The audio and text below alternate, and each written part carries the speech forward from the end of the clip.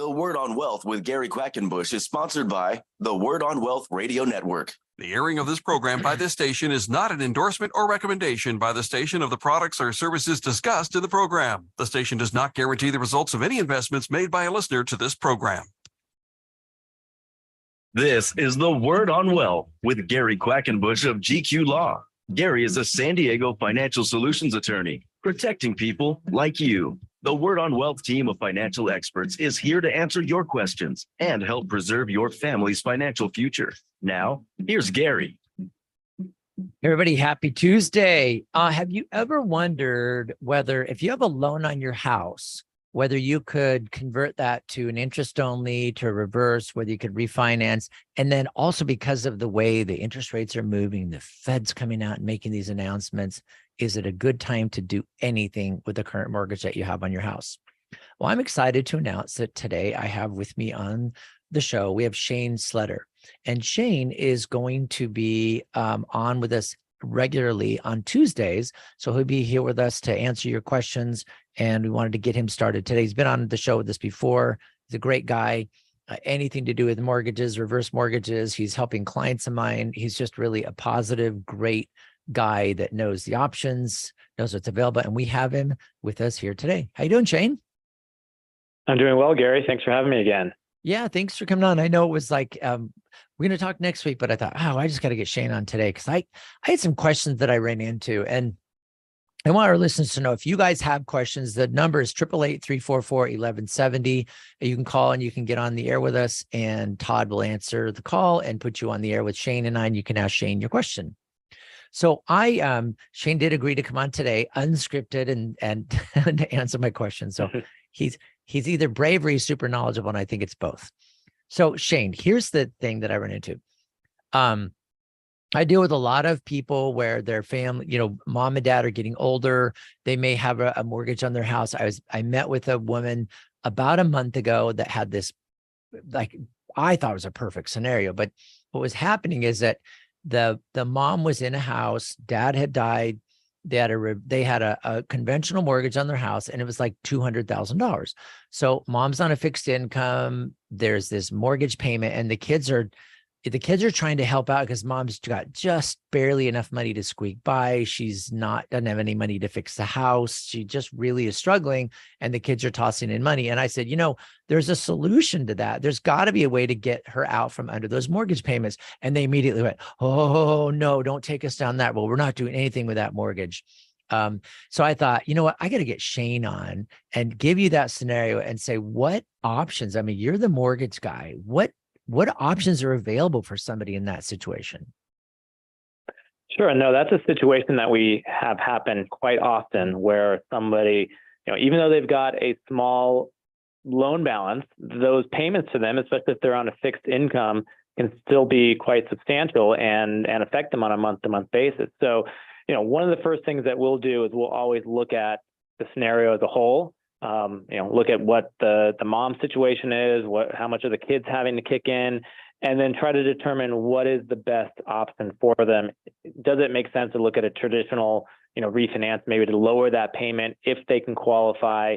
Does it make sense to look at a reverse mortgage? And that's a very common scenario for a reverse mortgage, where we can get rid of that first mortgage payment, free up that cash flow for her on a monthly basis so that she's not having to pay that each month, but then also give her additional access to money, either through an equity line or additional monthly cash payment that she can use for any other expenses she might have if she's on a tight budget. So on that, let's say the traditional refinance, and kind of comparing the traditional refi to the reverse, it's basically a refinance, but you refinance into a reverse mortgage type thing. So my question is, if, let's say she's on the fixed income, low income, and she really does need extra cash, but she's really resistant to reverse mortgage just because of whatever reason. Some people are just resistant to anything, would she be able to get cash out on a traditional refi? Well, we could look at a cash out refinance. The issue many times with seniors is the ability to qualify to do that cash out, because you're going to have to be able to qualify for the payments In the current interest rate environment, with rates being higher, it's going to be harder to qualify today than it was a couple of years ago. But depending on what her income situation is, or if one of her children would like to go on and be a co-borrower with her on the refinance, then we might be able to look at a traditional cash out loan, which will give her a lump sum. But what will usually happen is she's going to be paying more on a monthly basis because she's taking additional money out at a higher interest rate. So if somebody is really struggling on a month-to-month basis with payments, many times doing a traditional cash out refinance is not going to solve that, other than giving them a lump sum of money that they can then use to help make those payments. Interesting. And then typically, if you're trying to get access to funds, I mean, and isn't this is kind of the classic California thing, right? Especially in the San Diego area, is we're sitting on old houses that are worth a fortune. And a lot of times that's where people's money is. They're technically like real estate rich, but cash poor, and they don't think there's anything they can do about it. So it's like, how do I get money from my house? Just seems like a super common thing in San Diego, at least. So let's say then, one of the kids said, okay, yeah, we're going to go ahead and step up. And I'm willing to be my mom's co-borrower. If that's going to be the case, are we now getting into that child's, all of their finances and their financial history and their credit and everything as well? That's correct. We would be taking a complete application on the child, gathering all of the income documentation, running credit, looking at the work history, doing all of that to determine can they assist and help qualify for the loan. And then what happens is that person is now on the loan. It is going to be 2 minutes. Their credit. And if a payment was ever missed for some reason, now that would go on their credit. Also, if they want to buy additional real estate in the future, let's say they want to look to buy an investment property, a vacation home, even maybe buy another home that, a larger home that they want to move up into, the loan that they are on with the mom could affect that.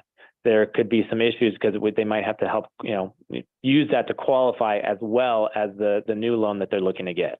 Interesting. So that makes sense. I don't think people kind of think in those terms. They think, well, I'm just a co-borrower. So basically mom kind of qualifies, and they look at me, go, oh, they got money in the bank. Let's add them and then we can give them the loan. But it's not the case. It's almost like both of the borrowers, the mom and the co-borrower, they're both on the loan. They're going to both be, go through all the paperwork and everything to try to get that to qualify for the loan. And it's interesting what you're saying is that also that comes to the debt to income ratio now too of that cosigner person. Interesting. That's correct. All right. Well, this is super good. Super good. Okay. You are on. We're going to take a real quick break. We're talking to Shanne Sleder. He's our reverse mortgage and mortgage advisor expert here on the Word on Wealth. To get a hold of him, the number is 858-519-3935. 858-519-3935. We're going to talk, right when we come back, we're going to talk about the reverse and how that would work, even cash out here on the Word on Wealth.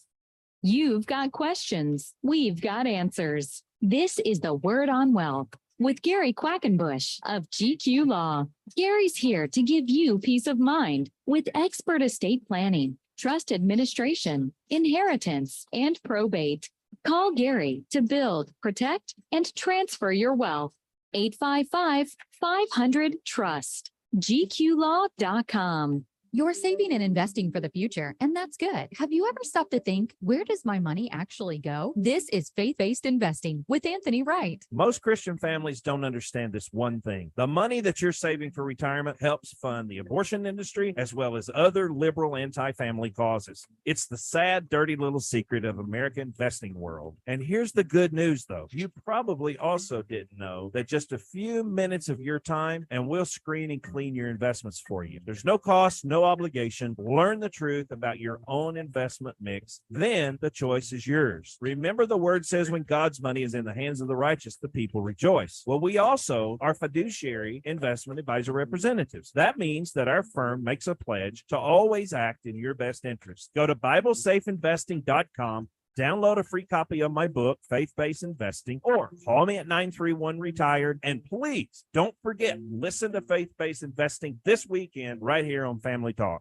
Gary, your team at GQ Law are experts at solving IRS and state tax problems. Talk about that. When people have a tax problem, it tends to really stress them out. And one of the things we've been able to do is figure out how to resolve tax problems. One thing we might be doing is setting up a payment plan or getting a collection delay, maybe getting a determination that the person shouldn't have to pay the taxes at all. We do offers and compromise. We do audit reconsiderations. And one of the things that's a really powerful tool that some people don't recognize is sometimes bankruptcy can be used to actually eliminate taxes when there's certain conditions of the code that are met. So we can do all kinds of things. After we analyze your situation, we can figure out what's available, discuss your options, and figure out which ones to implement, what it's going to cost, how long it's going to take. And we can get people out from under all kinds of tax problems so they can sleep again. That's our goal.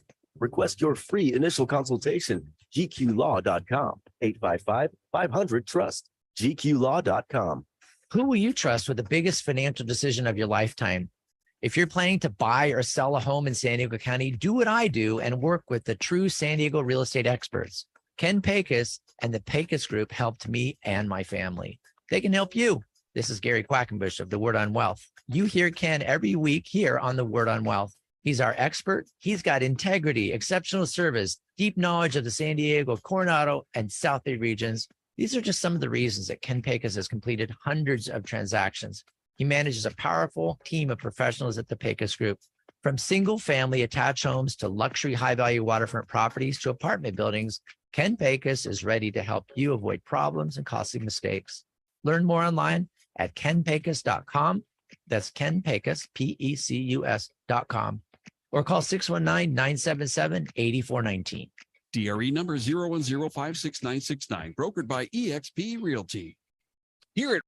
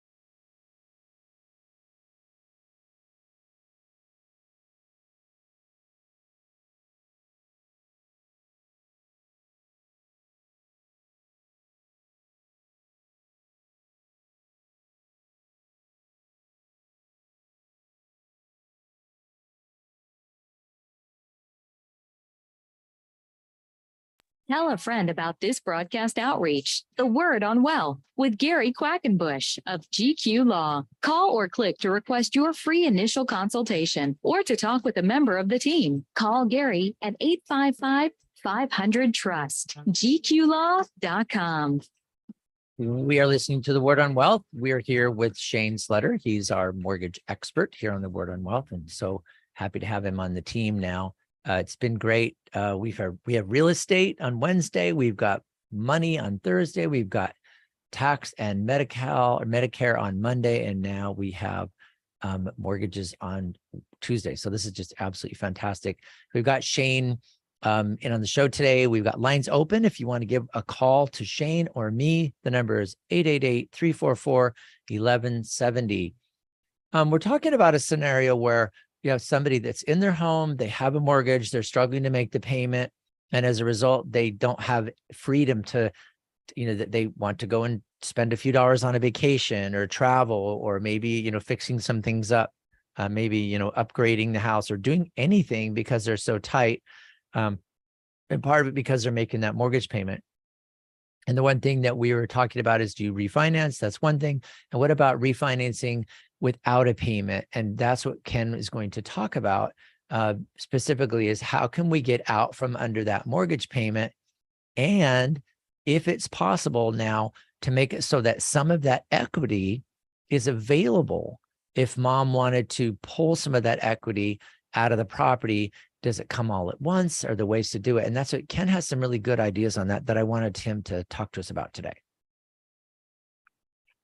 Great. No, I'm excited to hear about that. When you're looking to refinance into a reverse mortgage, we will pay off the current loan that's there, which will save that monthly cash flow. And then the money that's available after that, it's very flexible how the client can access it. If they have a certain amount that they want to get per month, we can set that up so it's automatically sent into their bank account, or they can have a line of credit that is there waiting for them anytime they need it. If they need to take out $5,000 for some sort of repair or $10,000 to buy a new car, whatever they need, they can take that money out. It will be deposited into their account. And then at that time, interest Marie from Claremont has a question about home equity loan. money will be sitting there for if they ever need it in the future. That is, I love hearing these options. This is so cool. I really love getting into this stuff. And we have a caller. So we have a caller, Maria from Claremont. Maria, welcome to the Word on Wealth. How are you doing today? Hi, it's Marie, but that's okay. I don't Right. care. I wrote down. Hi, Marie. How are you? Welcome Hi. to the Word on Wealth. I'm fine, thank you. So I own a house in Claremont. My husband sadly recently passed away, I'm sorry. and it's almost free and clear. I have a rather small mortgage on it. It's like less than $100,000. And I'm part owner of my son's house in La Mesa, and the house is probably going to need some repairs fairly soon. So I was sort of considering taking out a home equity loan, not a HELOC, but a loan on my house for probably around maybe $30,000. And I was wondering, first of all, if you know the answer to this, is the interest still going to be tax deductible, even though I'm not using it for repairs on the house that the loan is on? And the other question is that kind of best way to go? And I don't know if you have a crystal ball, so. Okay. No, you called the right show. We've got Shanne Sleder, who's our real estate expert, our real estate mortgage expert, and he can address. Shanne, take it away. So with the tax question, I always say you want to talk to your CPA or accountant to get the answer on that, because it really depends. I do believe that if you're not using that money to repair your current property and it's being used to repair another property, that can have an impact on whether or not it's tax deductible or not. In some cases, taking money out in second position, the amount you take out is capped. I believe it's at $100,000. Above that, then it's no longer where you can write it off. So definitely check with your CPA or accountant to get how it would be taken into account with your situation. As far as the best way to access that money, a fixed rate second would be a good option when you're dealing with the amount that you're talking about. It's not a substantial amount. The HELOCs right now are at very high rates, and they may even be going up a little bit higher. A fixed rate second still going to be probably in the 9 to 10% range, somewhere in there as far as where the interest rates are. But that may be the best option if you are comfortable with your current first mortgage and you don't want to touch that. Then doing a fixed rate second probably would be the best option. Yeah, I actually looked on the NFCU website, and it looks like their home equity loan runs around just under 7%, which I thought was pretty attractive. Okay. Yeah, and that it all depends on credit score, loan to value, your debt to income ratio. So there could be some adjustments to that, but that's where you would have to get pre-qualified to see exactly what would be available to you. Yeah. Well, thank you very much. I really appreciate your advice. Sure. Okay. Thanks for calling, Marie. Appreciate it. That was a great question by Marie. We really appreciate that. We've got lines open. If you have a question for Shanne Sleder, our mortgage expert, give us a call at 888-344-1170. Good answer. Correct answer. It's like, you're correct. Yeah, you're right on the tax deductibility. It's like you got to talk to your tax expert. Because if it depends on how it's used, and you're right on if you're getting a second that's over $100,000, the interest on the loan that's over $100,000, that it becomes limited deductibility on that. But that was a good question. It's like one of the only tax breaks we have on the, anymore. That's that kind of for a regular homeowner person is the mortgage interest deduction. So it's, Right. I guess that's one advantage of having higher interest rates, right? Because now you get a bigger mortgage interest deduction. It's Yeah. kind of a funny way to look at it. But it's like, hey, wow, I can borrow money and write it off. Yeah, sure. That's like when you're self-employed and people go, oh, I know why you got a new car because you're self-employed and you can write it off. And I go, well, you still have to pay for it. You still have to pay for it. Right. So you still have the interest. Now I have a question on, Marie was just saying, you have the HELOCs or high interest rate. Would you, when you're talking reverse mortgage, conventional mortgage, do we use the same terminology? Like if you're doing a reverse mortgage, is there a reverse mortgage HELOC as opposed to just a regular refinance on it? Is like, do we use the same terms for conventional mortgage as opposed to reverse mortgage, or is HELOC for a conventional mortgage only? It's a little different. So HELOC is home equity line of credit. That's for a adjustable second that allows the client to tap into the equity. They got to make monthly payments on it, and they have a certain draw period. It's usually a 10-year draw period that they can draw upon it. And then after the first 10 years, they have to start making principal and interest payments over a shorter time frame, maybe either another 10, 15, or 20 years.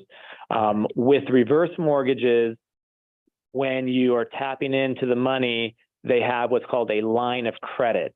So it's similar to an HELOC, where the money is sitting there, you have access to it when you need it, and you're not having any interest accrue on it when you don't use it. But the biggest difference is that when you do pull the money out of the line of credit on a reverse mortgage, there's no monthly payments that you're making.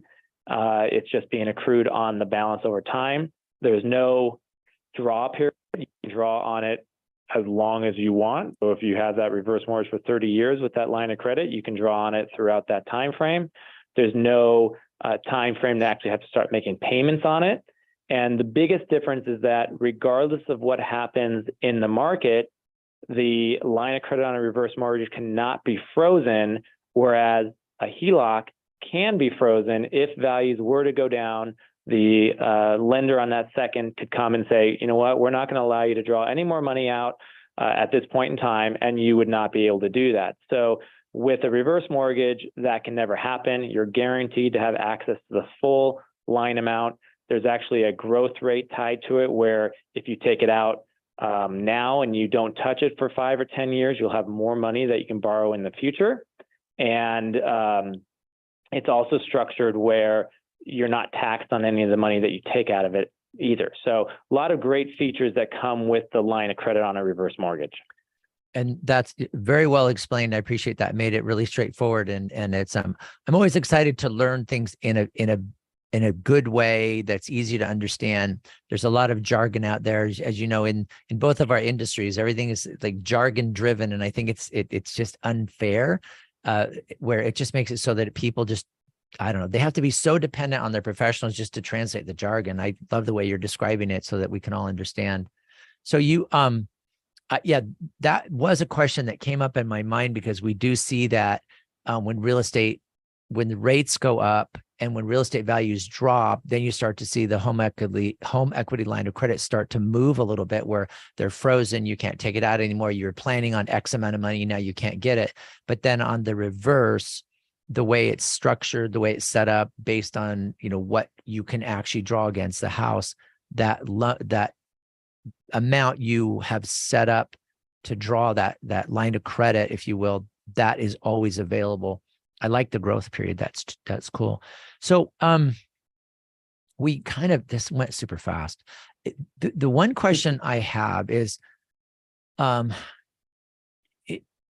people, I think, Shane, and this is why, it took us a while to find you, because it's just, there's so many people that want to talk about this stuff and not many people I trust. So, but in the whole thing where I think people are afraid of, because they go, gosh, if I meet with a mortgage guy, then I'm going to walk out with a mortgage, whether I want it or not, and it's kind of, we get that it's just hard to sometimes trust professionals. But I know you've talked before, and I'm going to give you about 1 minute, is talk to our listeners about if somebody goes into you and they're just not sure, it's like, I don't know, like the woman that called in, Marie, it's like, I don't know what would work for me. How do you discuss all their options with them? Mhm. So as an advisor, we will sit down, we will gather all of the information that we need up front to help determine what programs and products would work for them. We won't just quote something over the phone because many times we don't know if it's the appropriate program or product for them if we don't have the information. It would be like going into the doctor's office and being prescribed medication before you actually have a consultation with the doctor and before they take your blood your temperature and your test your blood and all of that. We don't know. So I gather the information, we sit down, we look at the options, we will look at traditional mortgages, we can talk about HELOCs, we can talk about reverse mortgages, and determine based off of what your goals 40 seconds. are, what is really the best option for you and your family. And there's never any high pressure. It's an educational way that we sit down, a consultation, allow you to go away, look over everything, come back with any questions you might have, and go from there. Okay. And I love that. And that's exactly what we want. That's why we put this show together with this team. It's so that you listeners and your families can have that opportunity to find out what your options are. And you get to be the one that says, I like that one. I don't like that one. Answer me more questions on that. That's what we're trying to do. And that's why we've got Shanne. Shanne, welcome to the team. We really appreciate it. We will see you back here next Tuesday. And thank you for all your questions. Thank you for Marie for calling. We'll be back in a few minutes with the Word on Wealth. Thank you, Shanne. Have a good one. Thank you. Thank you. You don't need to know everything. You just need to know where to find answers you can trust when you need them. Welcome to the Word on Wealth with Gary Quackenbush. We are here to help you build, protect, and transfer everything you've worked hard for with expert estate planning, trust administration, inheritance, and probate. Call Gary and the team at gqlaw.com, 855-500-TRUST.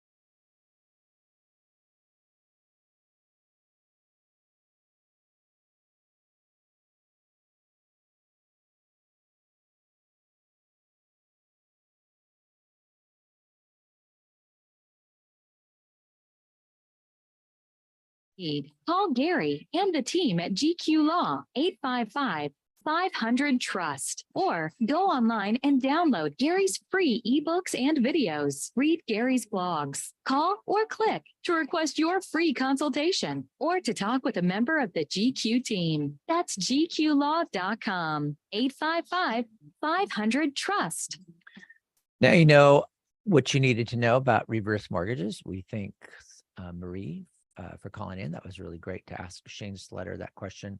Shanne is our mortgage guy. reverse mortgage, conventional mortgage. So he's got all the answers that we need. And so that's going to be a great thing that we're going to have on every week here on the Word on Wealth. So if you've got your questions, just hang in there and you're going to be able to have your questions answered on Tuesdays. If you have questions during the week, which is awesome. Also, please make sure you call him at 858-829-7186. 858-829-7186. And he'll be able to give you a hand. All right. So that was Shanne Sleder. We're going to talk about where was it here? Okay. I've been running into different scenarios, as you can imagine, like on a regular basis. And the one thing that came up, we get a lot of problems with funding. Like, is stuff put in the in the trust properly? You know, is your bank account in there? Does your retirement account have beneficiaries targeted for the trust? How about house, real property, you know, LLCs? And I want to talk about that specifically. But before that, I want to give you a case scenario that came up. And so here's my case of the week for this week. Dad had a family business. He did home construction and remodel. So this is one of those businesses where, you know, when his sons are in high school and they've got time or not, they help dad in the business because there are certain things in the construction industry that you could have your kids help with, whether it's, you know, packing studs, pulling cables, helping with, you know, cleanup or whatever things that the kids are capable of. That's what sometimes we tend to do in those type of industries. So he does really well. The dad wants to make sure that this business is available for his children so that they can, you know, carry it on. It's not just like dad works in business for, 40 years and then he passes away and so does the business. Well, he wanted his sons to take over the business. One of them helped him quite a bit with the construction and the other did, the business side. So you got the two kids and they're involved, which is good. So he wanted to not just hand it to his sons, like, okay, dad's dead. Now here's the business, take over. He wanted somehow for his kids to be able to kind of get a piece of the action as they went along, but he didn't want them, in their own homes and everything like that, to be exposed to any personal liability from the business. So so that's where we kind of went into the planning, and it seemed pretty straightforward, as in this case, a great reason to incorporate his business. What he did was he incorporated his construction and remodeling business. He did the corporation right. It wasn't just, a zippity zoo, get your corporation done and never think about it again. He got it to where he did his first meeting minutes properly. He was doing his minutes every year properly. He's paying for his statement of information update every year. He opened his bank account in the name of the company with a new tax ID number for the corporation, not the old not the old company tax ID number, but a new one. So it's a completely separate new entity. And he treated it like an entity, and he had stock certificates issued to himself. Now, he wanted his sons to be able to take over the business and have a smooth transition. So what he could do, and what he ended up doing, was meeting with his boys and telling them, I want you to have this business when I die, but I want you to have some of the ownership now, if you're willing. And then that was what they agreed to. So we had a special meeting. We talked about what their percentages were, and he wanted to issue 5% to each of his boys. Okay. So they're not paying for it. They're not paying him any cash. He's just issuing shares in exchange for, them being a part of the business and helping him with some of the little extras here and there. So that's what he started. And then after, each year he would reevaluate, see which kid was, working in the business the most, see which kid really was going to want to take over. And then he would issue more stock to his children, to his sons, as he went along. So his plan is not to give it all to his sons before he passes away, but to have most of it, like 80% of the business or 70% of the business, will be given to his sons on his passing. The way that works is initially the trust initially the corporation issued all the stock in the name of the dad. Okay, then the dad wanted to give stock to the sons, so other certificates were drawn up and given to the sons.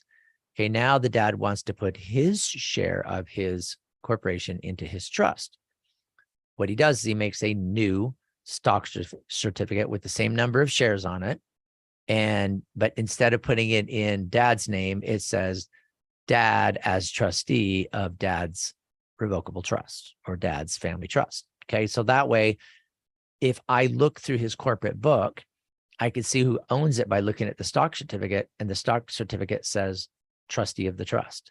That means the trust owns it. Okay, in the shortcut of is that the trust owns that stock.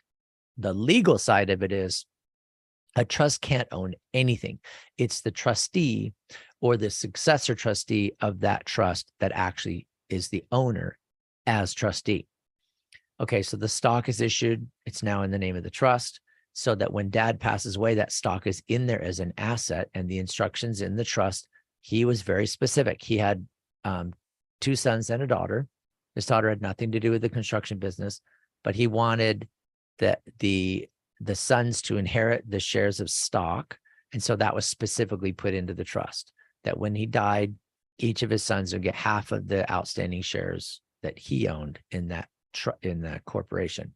So the stock moves to each of the sons 50-50. After dad dies, now they're the owner. That's called a succession plan. You know, eventually, if you own a corporation or you own a partnership or are a part of a partnership, you know eventually it's going to end, because you're going to become disabled, you're going to get retired, or you're going to die. It happens to all of us. So when you pass away, what happens to the stock certificates? If they're in your personal name, they go into probate if they're worth anything. It's better, in my opinion, to have your own trust own your stock or the membership in an LLC. Either way, we get the corporation stock certificates or the LLC membership interest certificates, and we transfer those to the trust so that we can then have the trustee of that trust manage that transfer and distribution. Okay. So what happened then, there was no probate. The stock stayed in the trust. When the kids inherited it, they got the stock certificates issued to them. They each went out and did their own family trusts and put their shares of that corporation into their own family trust. So now they can do the same thing. They can pass it on to their kids, or their successor trustee who has charge of the stock certificates can sell the business, wind up the affairs of the business, sell it, do whatever they need to be able to take the money, the value of that, and give it to his own children. Okay. So that's one of the things I like that. So if you're a small business, why should you incorporate besides liability protection? Sometimes it's a really good idea from a standpoint of succession. It makes it so that you can transfer the business easier because ownership is in the form of a piece of paper, just like the stock or just like the title to your house. Okay, funding. We just talked about funding your trust with your corporation or LLC. What about bank accounts? If you look at your bank account, a bank statement, not necessarily the little online because there's readout's too short, but does your bank statement say family trust on it? Does it indicate somewhere on there that the money is held in trust? If it doesn't, it's probably not in trust. So what you do when you go to the bank, you don't go in there and say, hey, I want this bank account put in my trust, because they don't move anything. They want you to open a new account in the name of the trust, still using your social security number. And then they leave it up to you to move the money from your own bank account in your name over to the trust. Okay. The same thing with investment accounts. It's a little different in that if you have a broker, an investment advisor, you talk to the investment advisor and say, hey, I have a living trust and I want all of my investments to be owned by my living trust. How do we need to make that happen? My advisor just told me in one setup that I had, go into the account 1 minute and just click new account and set it up to be exactly like the one you already have in your personal name.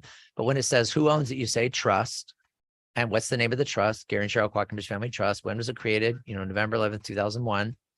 And then you create the trust. And then the next step is you move it. So you go to the same account. You have the two. You have the one in the trust and one that's your regular brokerage account.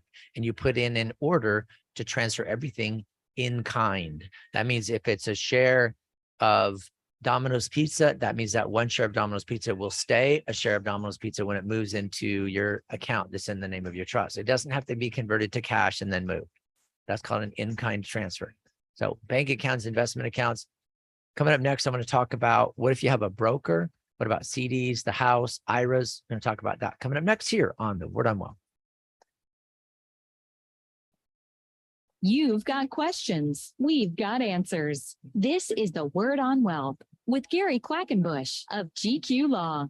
Gary's here to give you peace of mind with expert estate planning, trust administration, inheritance, and probate. Call Gary to build, protect, and transfer your wealth.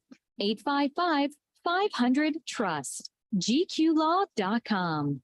Gary, how do you and your team help our listeners avoid probate? Well, first of all, probate is a process that involves attorneys, judges, and sometimes contesting parties. And so we try to avoid probate at pretty much all costs. The way we do that is setting up living trusts, setting up properly documented wills, putting the property like houses, cars, bank accounts in that trust so that it avoids probate. Probate is only necessary if the estate plan isn't set up quite right. So we help them get it set up right. And mainly that's done through a properly created living trust. Call Gary and the team at GQ Law, 855-500-TRUST, or go online and download Gary's free ebooks and videos. Read Gary's blogs, call or click to request your free initial consultation. That's gqlaw.com, 855-500-TRUST.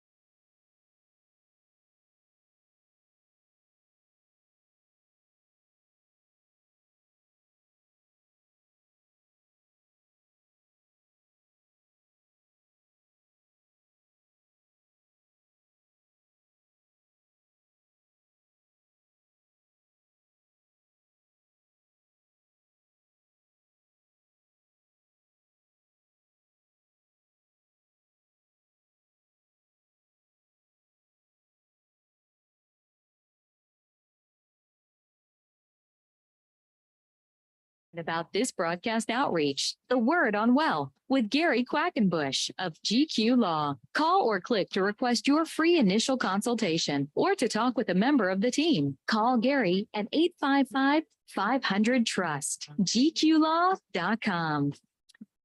Okay, welcome to The Word on Wealth. We're so glad to have you along. If you have a question for me, I'm ready to take your call. We've got some lines open still. 888-344-1170. Putting property in the living trust it may seem like a simple thing. And I would just say, if it really is that simple, then why don't people do it? And we're going through our list and trying to identify, how do you know if something is in your trust? The first thing is, if you look at your bank account and the bank account references the trust, then you can pretty much be sure it's in there. And I would just make sure that everything's like you think, but at least it references trust or trustee, and you know that you're in the right direction. Okay. It doesn't 100% mean that it was in the trust unless you remember, oh yes, I put it in the trust and that reminds me. Okay. If it does not reference trust or trustee, then it is not in the trust. And I don't mean just looking through the window of your bank statement. I mean, when you pull the thing out, I mean, I've had, where was it? I think it was San Diego County Credit Union was one of the tougher ones, because I had an account there, and it always just came and it just said Gary Quackenbush and my address in the window. So I never could tell, is that my personal account or is that my account that's in my living trust, and I would open it.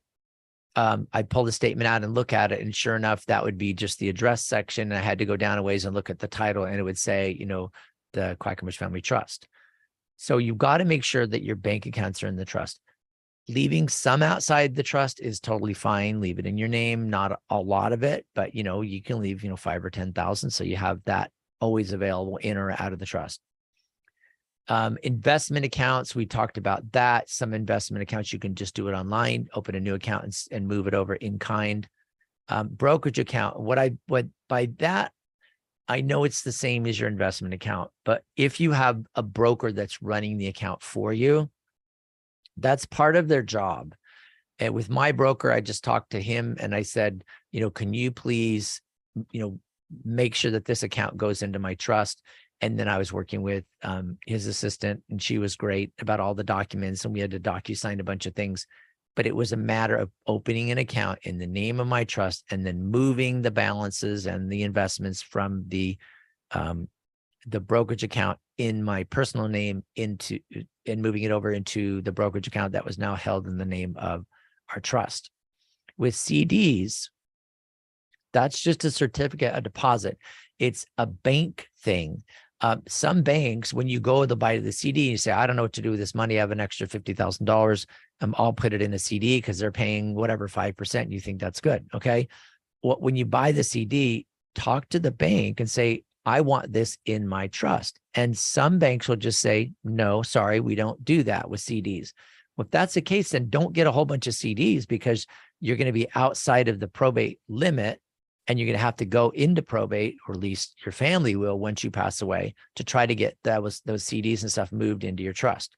And by that, I mean, if the money that is sitting outside your trust, like let's say it's CDs, and you have some cash and all that, and you add it all up and it's more than $184,500, so around $185,000, then you're going to have to go to probate court to move that stuff into the trust.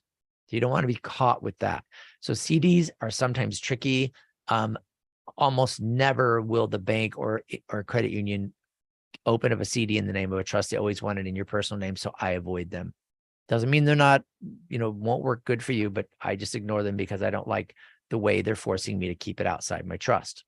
And if somebody has any other information on that, or if you have a bank or credit union that was just happy as can be and said, absolutely, we'll put that CD, we'll buy it in the name of your trust, buy it technically in the name of the trustee of your trust, then call 888-344-1170. Give me a shout out for your favorite new bank or credit union that will allow you to do that. Because I would like to know. I haven't found them yet. The institutions I deal with don't deal with that. So I just ignore CDs and do it other ways. The house title seems to be the one that is almost always done properly. It's not perfect, but when you get an estate plan set up by a competent attorney, that attorney will transfer the house into the trust. That's done by going on the public records, getting a copy of the original document that is recorded, to be able to find out exactly how that property is described, like the legal description and the way the title is held. Is it community property with right of survivorship? Is it joint tenants with right of survivorship? Is it tenants in common? Is one of your kids on the title? How did you do it? You would pull the title and make sure that it was for a couple, that it's in community property before it's put into the trust. If it's not in community property, you can do deeds to correct it and get it so your property is held as community property with right of survivorship, and then we put that into the trust. If there's a thing with the title, and like let's say one of your kids is on the title to the house, maybe it's a 5% owner or a half owner or something, that's going to be an issue we need to talk about, because you only can transfer your interest to your trust. So if your kid already has 5 or 10% interest, hopefully that's already been recognized by the county assessor, and that they're not going to assess anything any higher. Okay, what about things, and these are more complicated. We've got the bank accounts, investment accounts, stocks, bonds, mutual funds, title to the house, title to cars. Do you put cars in a trust? My vote is yes. Is it the easiest thing to do? No, you have to go to the DMV, tell them, here's the title of my car. I want it in my trust. They're going to give you a document to change the title. You fill out the form and a statement of facts, and then you pay the money and have them do the transfer. Having it in the trust really is nice for your survivors, because if it's in the name of the trust, that means if you're the trustee and your mom's car is in the trust when she passes away, you can actually sell the house or sell the car very quickly. You don't have to wait 40 days. There's no death hold on transfer. You can, because it's under the jurisdiction of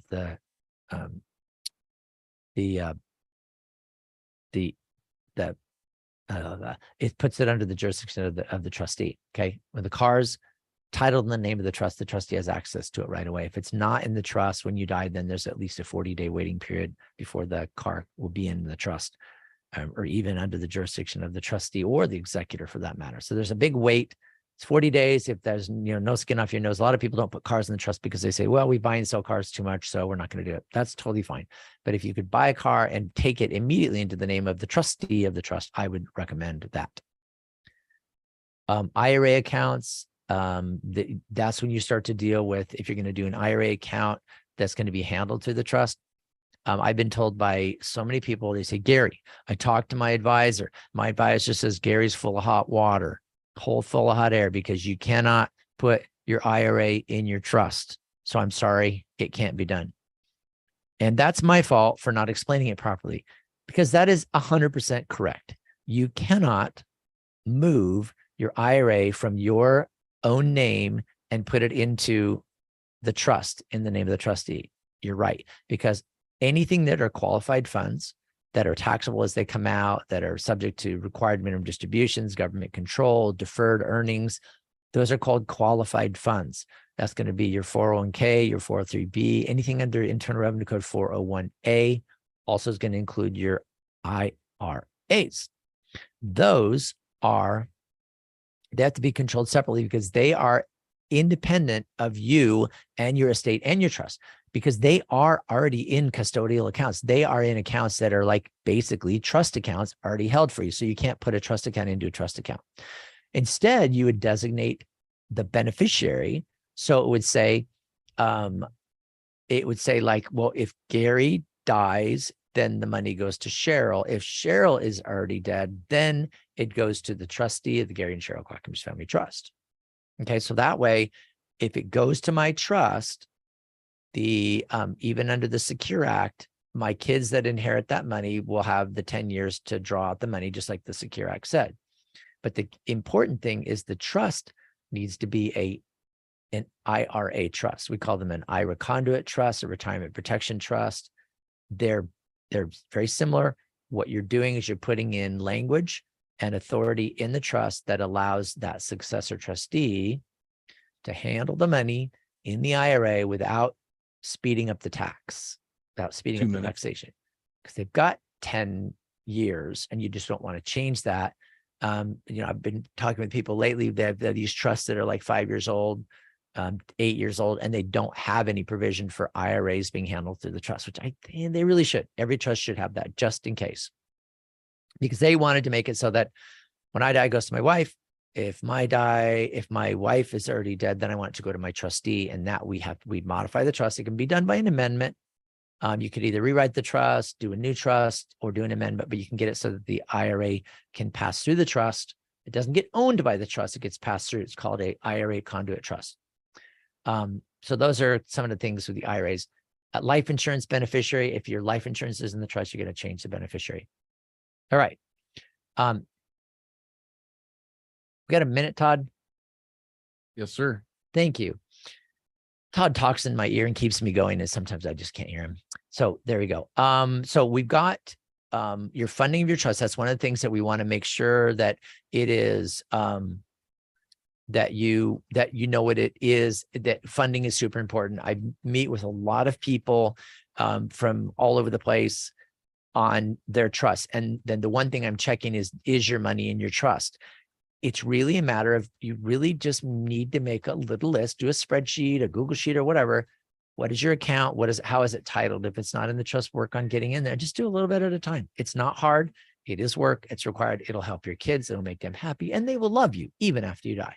This is Gary Quackenbush on the Word on Wealth. Tomorrow we're back with Ken Pegas of the Pegas Group. He's going to talk to us all about real estate. That's coming up tomorrow on the Word on Wealth. Have a great rest of your day. Talk to you tonight on the Andrea K Show at 7:00 right here on this station.